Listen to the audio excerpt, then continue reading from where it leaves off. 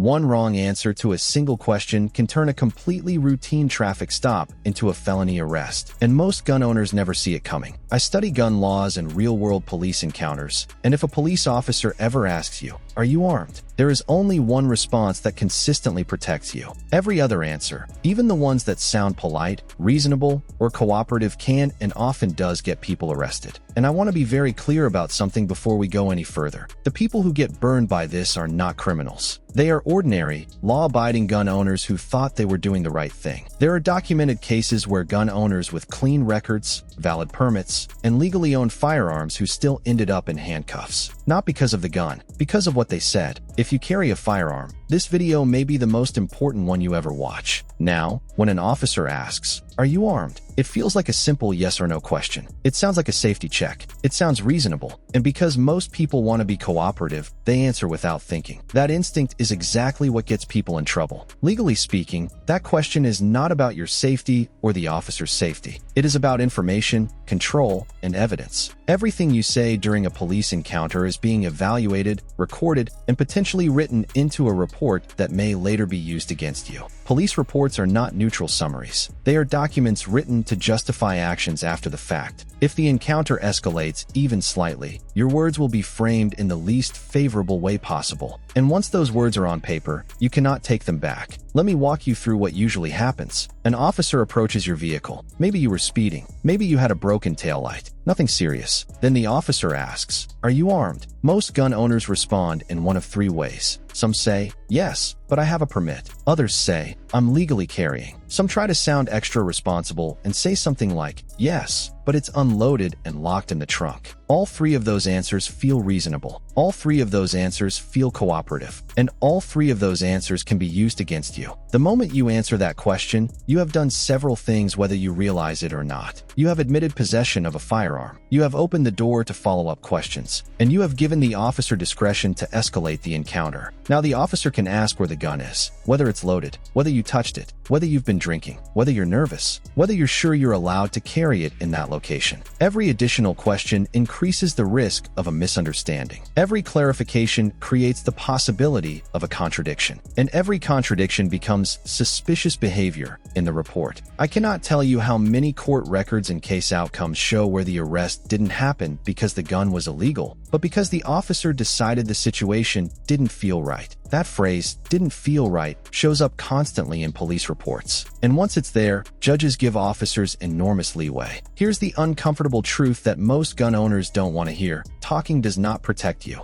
Talking exposes you. You are not trained to navigate legal traps under stress. Police officers are trained to create and exploit them. So what is the only response that consistently protects gun owners? The safest response is calm, polite, and short. "Officer, I choose to remain silent and would like to speak with a lawyer." That's it. No explanation, no justification, no attempt to sound helpful. You assert your rights, and then you stop talking. Silence is not suspicious. Silence is not disrespectful. Silence is protection. Now, I know exactly what some of you are thinking right now. You're thinking, if I say that, won't the officer think I'm hiding something? No. Officers do not arrest people because they remain silent. They arrest people because they talk themselves into problems. Silence prevents misunderstandings. Silence prevents accidental admissions. Silence prevents you from saying something that sounds different under stress than it does in your head. And stress changes everything. Your heart rate goes up. Your mouth moves faster than your brain. You forget exact wording. You misstate timelines. You guess instead of knowing. And guessing in a police encounter is dangerous. I've watched body cam footage where a gun owner answered a question honestly but imprecisely, and that small imprecision became probable cause for a search. That search then uncovered something completely unrelated, which turned a traffic stop into a criminal case. All of it started with talking. Now let's talk about what happens after you invoke your right to remain silent, because this is where many people make a critical mistake. Invoking your rights does not end the encounter. The officer may continue speaking. They may try to re-engage you. They may say things like, "I'm just trying to help you," or "If you don't have anything to hide, just answer the question." Those statements are designed to make you talk again. The moment you start talking after invoking your rights, you undo the protection you just created. I have seen cases where someone invoked their right to remain silent perfectly and then ruined it 30 seconds later by trying to clear things up. There is nothing to clear up. Your silence already did the job. Now, I need to pause here and address something important because someone in the comments will bring it up if I don't. Yes, some states have duty to inform laws. Those laws are narrow, specific, and often misunderstood. And they are exactly why staying informed matters. This channel exists to explain those differences clearly, so you don't learn them the hard way. Gun laws change constantly. Court interpretations change. Enforcement priorities change. And relying on outdated advice can cost you your freedom. That's why subscribing matters not for entertainment, but for protection. If you carry a firearm, you are one legal misunderstanding away from a life-altering problem. And the people who suffer the most are the ones who thought, "I'm legal, so I'll be fine." They weren't. Now, let's talk about the part most people get wrong even after they've heard advice like this. They understand that silence is important. They understand that talking can hurt them, but they assume the rules are simple and universal. They are not. This is where duty to inform laws come in, and this is where people get themselves into serious trouble by relying on internet advice instead of actual legal understanding. Some states require you to inform law enforcement that you are carrying a firearm under specific circumstances. Some states only require it if you are asked directly. Some states do not require it at all. And some states have rules that change depending on whether you are carrying concealed, openly, or under a specific permit. The problem is that many gun owners don't know which category they fall into. They assume that being legal means being protected. It doesn't. There are documented cases where gun owners violated duty to inform laws without even realizing it. They weren't trying to hide anything. They simply didn't know the rule existed, or they misunderstood when it applied. And the law does not care whether you meant to break it. Ignorance of the law is not a defense. Judges say that phrase for a reason. This is why blanket advice like "always tell the officer" or "never tell the officer" is dangerous. Both statements are wrong depending on where you are standing. What protects you is not memorizing slogans. What protects you is understanding how the law actually works where you live. Now let's talk about escalation, because this is where a routine stop turns into something much more serious. Once an officer knows or believes you are armed, the entire encounter changes. Officer safety protocols kick in. Backup may be called. Commands may become sharper. Movements that were ignored moments ago are suddenly scrutinized. This doesn't mean the officer is doing something wrong. It means the situation has shifted. And the more you talk, the more opportunities there are for that shift to become justification for further action. I've reviewed countless police reports where phrases like "the subject appeared nervous," "the subject kept explaining," or "the subject gave inconsistent answers" were used to justify a search or detention. Those phrases don't require malice. They only require ambiguity. And ambiguity is created by talking. Here's something else most people don't realize. Police are legally allowed to lie to you. They can tell you they already know something they don't. They can suggest consequences that don't actually exist. They can imply that cooperation will make things go easier, even when it won't. What they cannot do is force you to talk. Your right to remain silent exists precisely because people under stress say things that hurt them. The legal system recognizes that reality, even if the culture around policing often ignores it. Now let me be very clear here, because this matters. Remaining silent does not mean being hostile. It does not mean being rude. It does not mean arguing. You can be calm, polite, and respectful while still protecting yourself. In fact, the best outcomes usually happen when someone asserts their rights clearly and then disengages emotionally. The people who get into the most trouble are not the ones who stay quiet. They are the ones who try to manage the encounter through explanation. They think if they just explain enough, the officer will understand. That's not how policing works. Officers are not there to decide guilt or innocence at the moment. They are there to control a situation and document what happens. Explanations do not help that process. They complicate it. And complications almost always hurt the citizen, not the state. Let me give you a hypothetical scenario that mirrors real cases court records and case outcomes show. You're stopped for speeding. The officer asks if you're armed. You say yes, and that you're legally carrying. The officer asks where the firearm is. You answer. The officer asks if it's loaded. You answer. The officer asks if you've had anything to drink. You say no. The officer asks why you seem nervous. You say you're just stressed. None of those answers are lies. But now the officer has an admission of possession, confirmation of accessibility, an acknowledgement of stress. In a report, that can become The subject admitted to possessing a loaded firearm within reach and appeared nervous during questioning. That sentence alone can justify further action. And if anything is discovered after that, anything at all, the original reason for the stop becomes irrelevant. All because of talking. This is why I tell gun owners that their greatest legal risk is not the firearm itself. It is the belief that honesty and explanation will protect them in a system that does not reward either during roadside encounters. The law is adversarial by design. It assumes conflict, and it gives the advantage to the side that speaks less. Now, let's address the emotional objection I hear all the time. People say, "I don't want to make things worse." Here's the hard truth. Talking does not prevent things from getting worse. It only creates more ways for them to get worse. Silence limits damage. Silence creates boundaries. Silence buys you time. And time is the most valuable asset you have in any legal situation. Once lawyers get involved, rules change. Conversations are controlled. Statements are deliberate. Evidence is evaluated properly. Everything before that is chaos. This is why your goal in any police encounter while armed should be simple. Survive the encounter legally, not socially. You are not there to build rapport. You are not there to convince anyone of your character. You are there to go home without charges. That requires discipline. It requires resisting the urge to explain. It requires resisting fear. And it requires accepting that asserting your rights may feel uncomfortable. But discomfort is temporary. Charges are not. Gun laws are unforgiving. They do not bend for good intentions. They do not care how careful you normally are. They only care about what can be proven. And what can be proven usually starts with what you say. This is why staying informed matters. This is why relying on outdated advice is dangerous. And this is why subscribing to a channel like this is not about politics or entertainment. It's about not becoming an example. By now, you should understand something that most gun owners never fully accept until it's too late. The legal system does not reward good intentions during police encounters. It rewards discipline. Every year, people who believe they were doing the right thing are shocked to find themselves charged, detained, or forced to defend themselves in court. Not because they were reckless, not because they were dangerous, but because they spoke when silence would have protected them. That is the pattern I see over and over again.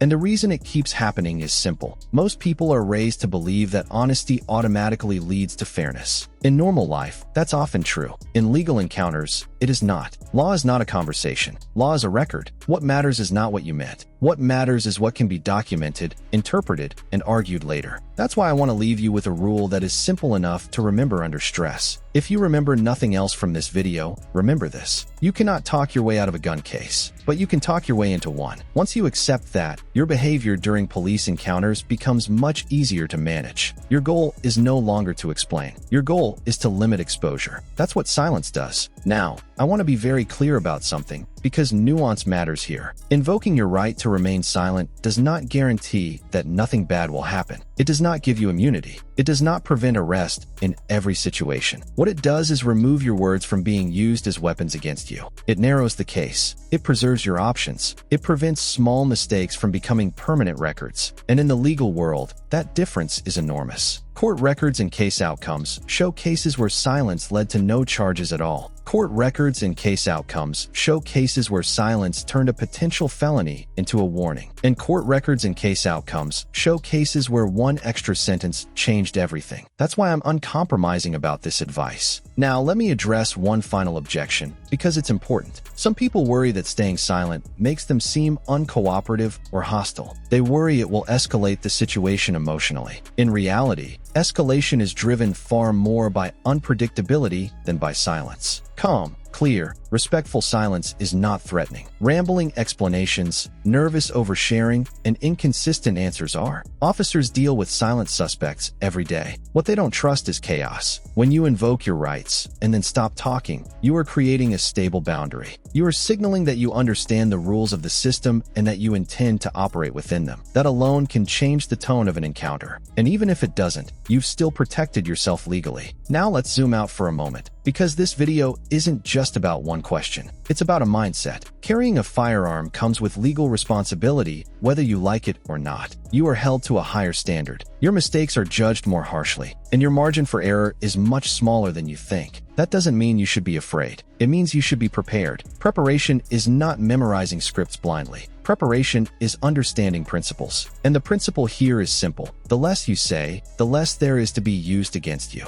That principle applies whether you are stopped in your home state or traveling. It applies whether you are openly carrying or concealed. and it applies whether you believe you have done absolutely nothing wrong. Because the system doesn't operate on belief, it operates on evidence. Now, earlier I mentioned duty to inform laws, and I want to briefly return to that, because this is where many well-meaning people misapply advice like this. If you live in a state with a duty to inform requirement, you must know exactly when and how that duty applies. Not knowing is not an excuse, and guessing is dangerous. That's why I strongly encourage gun owners to stay current, not just confident. Laws change, court interpretations shift, enforcement priorities evolve. Advice that was correct 5 years ago can be harmful today. This is not a hobby where casual knowledge is enough, and that's the reason this channel exists. Not to scare you, not to preach, but to help you avoid becoming a cautionary tale. Because I can promise you this, the people who end up in court never thought it would happen to them. They thought they were careful, they thought they were legal, they thought they were doing everything right, until they weren't. Now, if this video made you uncomfortable, that's a good thing. Comfort is what leads people to stop paying attention. Awareness is what keeps them safe. If you carry a firearm, or even think you might in the future, you need to treat legal knowledge as part of your safety equipment. Just like training, just like secure storage, just like situational awareness. This isn't about winning arguments. It's about avoiding outcomes you can't undo. And the smallest choices, the words you use, the silence you maintain often make the biggest difference. Before I end this video, I want to say one more thing directly. If you found this helpful, don't assume you'll remember it when you're stressed. Stress changes memory. Stress changes judgment. What helps is repetition and preparation. That's why subscribing matters. Gun laws change constantly. One update, one court decision, one misunderstanding can turn into a serious legal problem. Subscribe so you don't accidentally commit a felony next year. And if you know someone who carries, share this with them. Not to scare them, but to protect them. Because the best legal case is the one that never happens. I'll see you in the next video.